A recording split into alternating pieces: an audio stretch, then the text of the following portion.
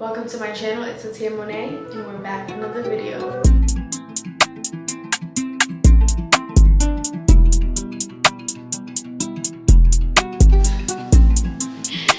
Y'all, it's back. As you can see, I still have my bonnet on. I literally showered and everything today, but we're starting this video a little late in the day, but it's okay. And I have my hair in my bonnet. Last night, I did a protective hairstyle. Just 2 little pigtails. Y'all know what I like to do. And I put it in the bonnet. I never go to sleep without my hair in the bonnet. Like, even if I'm drunk, if I'm tired, if it's not in the wash and it's clean, it's on my head before I go to sleep. Growing up, my mom's always done my hair, like no matter what. And she got sick and tired of me like taking out my braids because I always had like 2 braids, 1 braid, 4 braids, or like all of my hair braided. And I don't know, it just made me look like a little girl. And back then I tried to just grow up way too fast. Like I was in grown people's business. Like stay out of grown people's business, because that's what my mom always said growing up. But my mom gave me the reins and let me do my own hair because she was sick of me taking out my hair. I did my hair early on, and I researched a lot of things on just how to promote hair growth while still like keeping my length, because I'm a curly haired girl. It's like so tedious growing out your hair when you have curly hair, or anything, when you have any texture hair that isn't silk fine hair. It's difficult to grow out your hair because the shrinkage is real, y'all. It's real. So this video is basically gonna be me telling you guys the difference between hair oil, and hair grease. Not a lot of people know about hair grease. I don't know how, I don't know why. Yo, get it together. Hair grease, I'll put y'all on.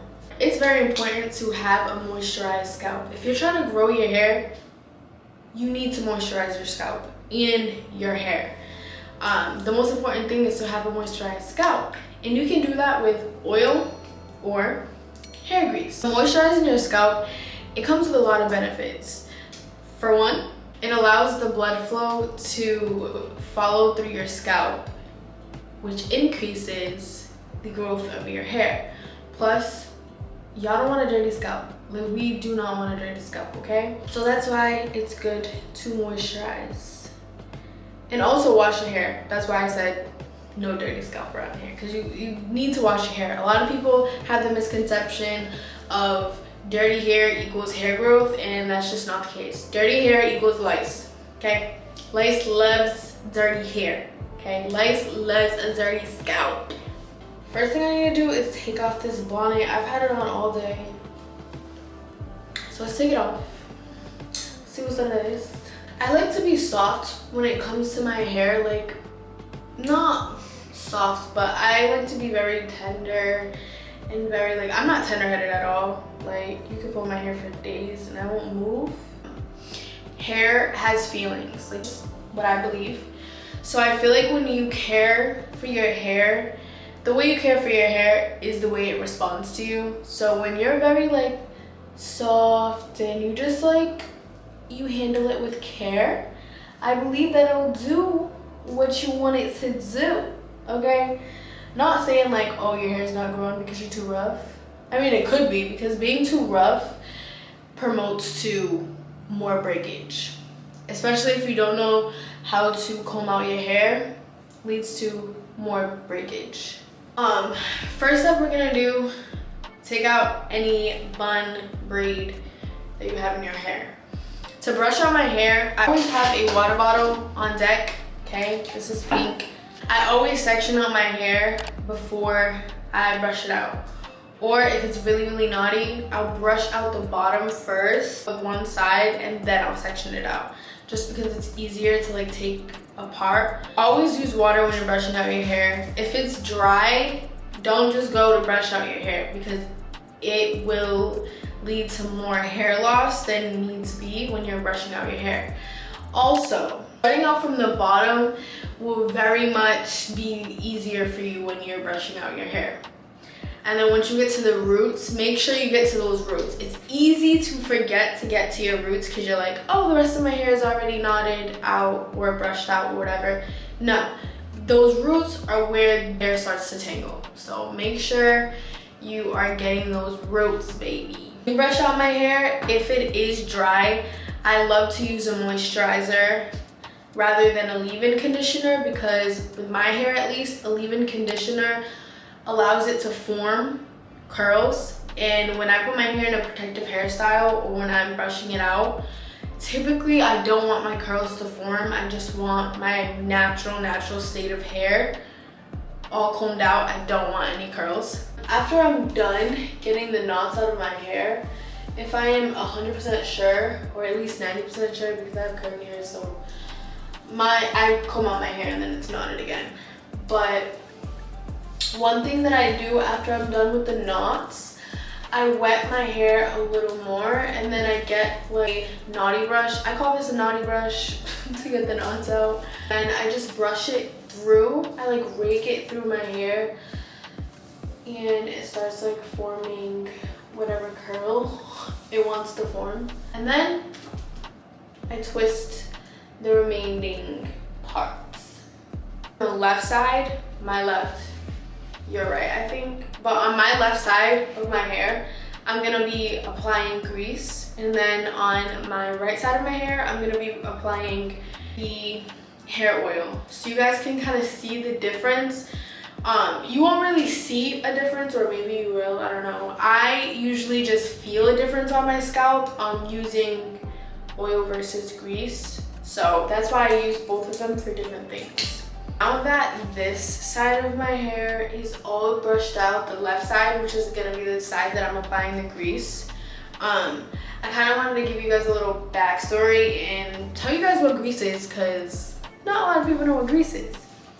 This is hair grease. This brand, which is the brand that I grew up on, as y'all can see, this is gone. This is gone. I'm probably gonna use the rest like today and probably this week, and it's done.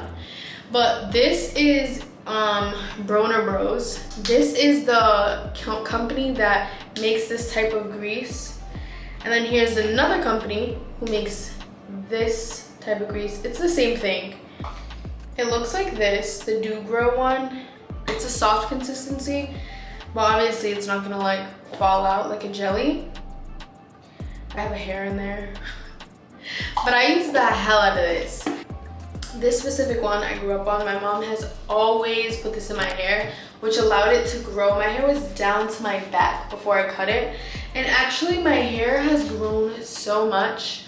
So when you're applying grease to your hair, you always want to make sure you part your hair to get to your scalp.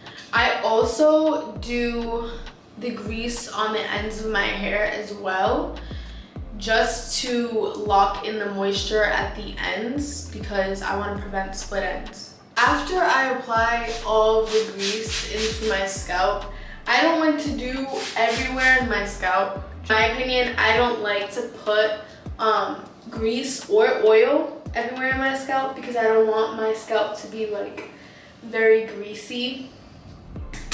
So what I do is, after I put it in the spots where I know, because I know my hair, so once I put it in each spot that I know needs like some moisturizing, I just rub my scalp. And I like doing this just to make sure like all spots in my scalp get moisturized, not just the places where I had placed the grease. I'm just gonna put my hair in a twist right now, just so it won't get all knotty. But yeah, if you are prone to an oily scalp, I wouldn't go too crazy using oil, but I also wouldn't use grease on my scalp if I had an oily scalp naturally. You can see my hair is not dry. You can't see the grease because I rubbed it in. Like, you always have to make sure whatever product you put in your hair, always rub it in. Because I used to make that mistake when I was younger. doing my hair, I used to like not rub the product in all the way, and I would have like white stuff in my hair. Like going to school. Are you kidding me? So now we're gonna do the oil, the hair oil. And I'm just, like I said, starting from the bottom. I'm not really gonna part this part of my hair to untangle it because my hair is already untangled, kind of. Like there's not knots. It's untangled from yesterday when I untangled my hair.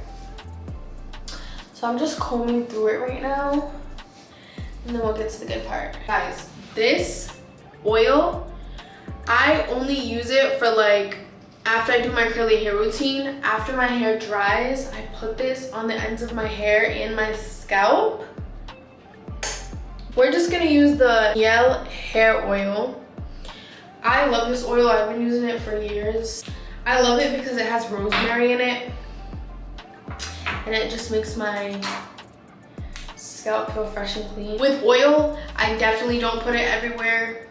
I only put it in like 4 spots in my scalp, if that, and then I just rub it in my scalp because again, I don't want my scalp to be too oily or too greasy because I want my hair to last all week. I focused specifically on the front of my hair, the middle of my hair, and the back of my hair, like the bottom, where it's very, very sensitive back here in anybody's scalp. That's why you really want to take care of hair and be careful when you are combing it out to take out the knots. That's kind of what I do when it comes to moisturizing my scalp. I think it's very, very important to treat your hair with care. Don't be too rough on it, and moisturize. Normally, after I moisturize my scalp, what I would do is put it into a protective hairstyle, like 2 braids, 1 braid, something that isn't too strainful on my roots is what I would do to go to sleep. I think I'm just gonna leave it out for a little just so it can air dry because I don't want to go to sleep with my hair wet.